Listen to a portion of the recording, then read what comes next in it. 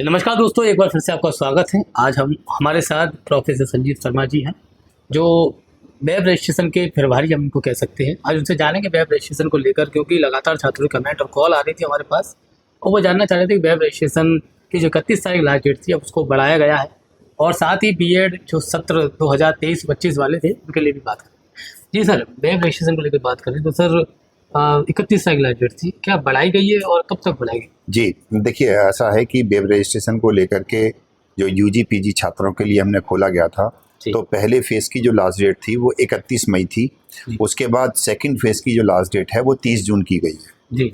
Web registration की जो प्रक्रिया है वो काफ़ी सरल बना दी गई है इस बार। जी। और पिछली बार जब हम वेब रजिस्ट्रेशन प्रक्रिया की थी उसमें कुछ हमारे पास छात्रों के, कुछ शिक्षकों के, कुछ प्रधानाचार्य लोगों के हमारे पास आए थे कि थोड़ा सा और सरलीकृत किया जाए प्रक्रिया को। जी बिल्कुल। तो इस बार प्रक्रिया को काफ़ी सरलीकृत किया गया है, जिसमें बच्चा अपनी डिटेल भरने के बाद एक इनिशियल डिटेल मांगी जाएगी। उसके बाद बच्चा भरेगा अपना registration mobile number, email ID भरेगा, एक ओटीपी आएगा। ओटीपी सिर्फ इस बात के लिए सो दैट हम ऑथेंटिकेट करना चाहते हैं कि वो मोबाइल नंबर, ईमेल और वो सारी सूचनाएं बिल्कुल सही भरी गई हैं। उसके बाद बच्चा अपनी थोड़ी सी डिटेल भरता है उसमें जितनी रिक्वायर्ड होती है, और उसके बाद जाकर के जो प्रोग्राम है जिसमें उसे एडमिशन लेना होता है, प्रवेश लेना होता है, उनका सिलेक्शन करता है। जी। और अब उनका सिलेक्शन कर लेता है तो उसके बाद एक ऑप्शन आता है कि वो प्रवेश कहाँ चाहता है, विश्वविद्यालय परिसर में चाहता है या एफिलिएटेड कॉलेज में चाहता है। कुछ पाठ्यक्रम ऐसे हैं जो कि विश्वविद्यालय परिसर में भी चलते हैं और एफिलिएटेड कॉलेज में भी चलते हैं, तो हो सकता है वो दोनों में प्रवेश चाहता हो, तो उसका एक ऑप्शन उसके सामने दिया गया है, जहाँ पर भी वो क्लिक कर देगा। उसके बाद इस बार थोड़ा सा जो चेंज किया गया है वो यहाँ पर बताता हूँ कि इस बार उसको महाविद्यालय का सिलेक्शन ऑनलाइन नहीं करना है। मान के चलिए उसका रजिस्ट्रेशन हो गया, अब वो 5 महाविद्यालय में जाना चाहता है, 5 विद्यालय में जाकर के रिपोर्ट करना चाहता है, उसके लिए वो स्वतंत्र हो गया। अब वो जाए, जिन 5 महाविद्यालय में जाकर के उसको प्रवेश लेना है वहाँ जाए, बारी बारी से जाए और वहाँ जाकर के अपना रजिस्ट्रेशन नंबर उनको दे दे।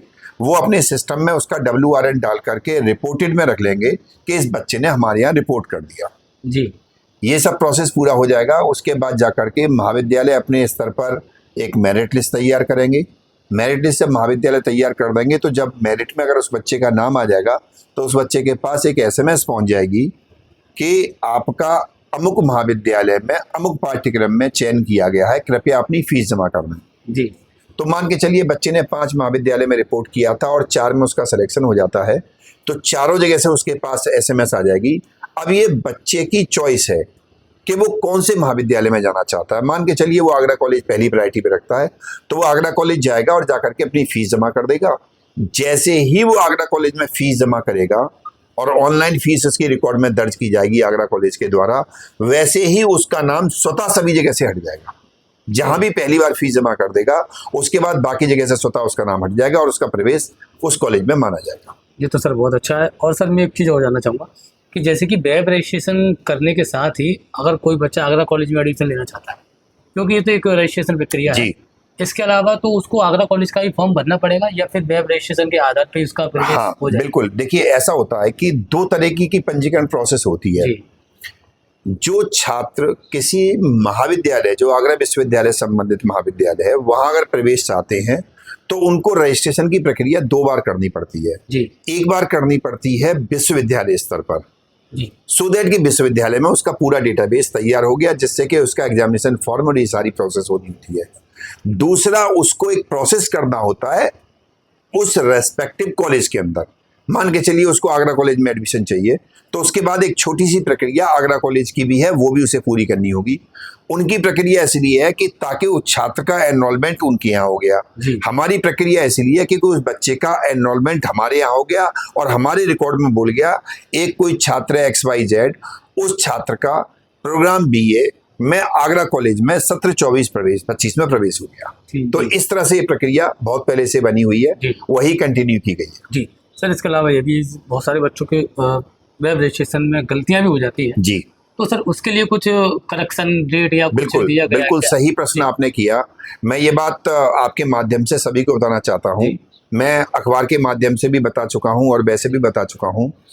देखिए, गलती किसी से भी हो सकती है। जी बिल्कुल।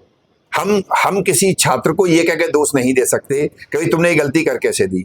हालांकि मेरे पास जो गलतियां आती हैं वो बड़ी बड़ी विचित्र आती हैं। जी। बच्चे ने अपना नाम ही गलत लिख दिया, मुझे ताज्जुब होता है बच्चा अपना नाम कैसे गलत लिख सकता है, अपनी माताजी का नाम अपने पिताजी का नाम गलत कैसे लिख देता है, मुझे ताज्जुब होता है। लेकिन चलिए कोई बात नहीं है, वो साइबर कैफे का जो भी है जहां भी वो जाता है उससे वो गलती हो जाती है।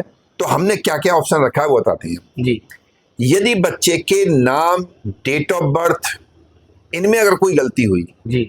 अगर इन सब चीजों में जो गलती अगर कोई होती है तो गलती के लिए वो बच्चा एक प्रार्थना पत्र देगा, हमें देगा। जी जी। और हम उसकी ये गलती ठीक कर देंगे प्रूफ के आधार पर, जो वो प्रूफ लगाएगा। जी बिल्कुल।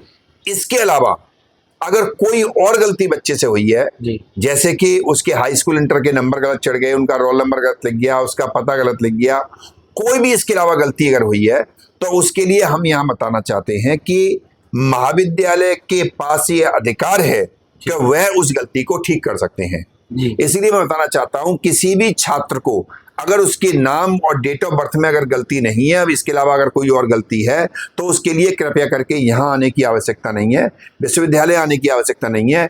ये राइट उस महाविद्यालय के प्रिंसिपल के पास है। वो अपने लॉगिन में जाएंगे, आपके डेटा को क्लिक करेंगे, एडिट पर जाएंगे और करेक्शन को कर देंगे, करेक्शन करके फाइनल डेटा दर्ज हो जाएगा। जी जी जी सर, इसके अलावा एक और सवाल था मेरा। जी।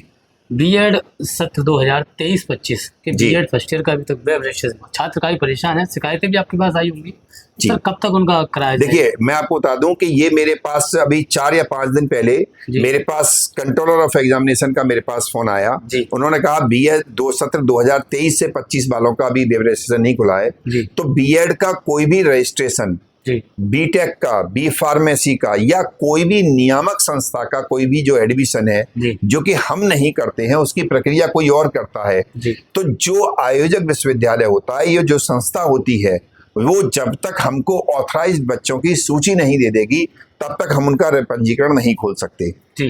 तो कंट्रोलर साहब से मेरी बात हुई थी तो मैंने कहा मेरे पास कोई सूची अभी तक आई नहीं है। लकीली मेरे पास क्या हुआ कि अभी 2 दिन पहले सूची मेरे पास आ गई, उसकी फाइनल कॉपी मेरे पास आ जाई है।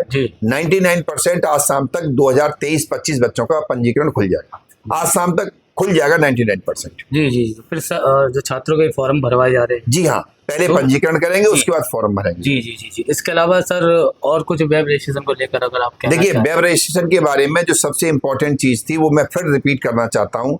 नंबर 1, महाविद्यालय का सिलेक्शन हम नहीं कराएंगे आपसे।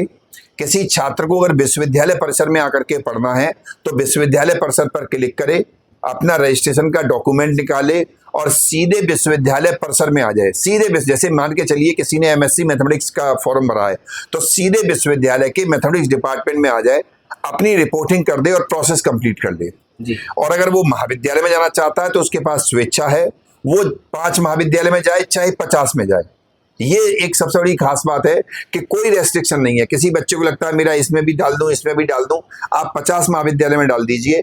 50 जगह आपकी एप्लीकेशन बोलेगी, 50 जगह से आपके पास कॉल आएगी, लेकिन आपका फाइनल प्रवेश तब माना जाएगा जब आप फीस जमा कर देंगे। जी। एक बात का विशेष ध्यान रखें जो मैं पहले ही कहना चाहता हूं, कुछ महाविद्यालय क्या करते हैं कि जब आप रिपोर्ट करने जाते हैं तो रिपोर्ट करने के साथ ही वो क्या करते हैं, आपसे बिना पूछे आपकी सारी फॉर्मेलिटी कर देते हैं। जी बिल्कुल। इसीलिए छात्र किसी भी महाविद्यालय में जाने से पहले ये सुनिश्चित कर लें कि आप उनको अपना कोई ऐसा डेटा न दे आवे जिससे कि वो एडमिशन की प्रक्रिया पूरी कर दे और बाद में आपको दिक्कत हो। इसीलिए अगर मान के चलिए आप किसी भी महाविद्यालय में जा रहे हैं तो सोच समझ के महाविद्यालय का चयन करिए, वहां पर जाकर के उनको बताइए कि भाई हम आपके यहाँ रिपोर्ट करना चाहते हैं या हम आपके एडमिशन लेना चाहते हैं, लेकिन आप हमारा एडमिशन अभी नहीं करेंगे, और ना ही उनको कोई डॉक्यूमेंट अभी इनिशियली दे करके आप। जी जी जी जी, बहुत बहुत धन्यवाद सर आपका।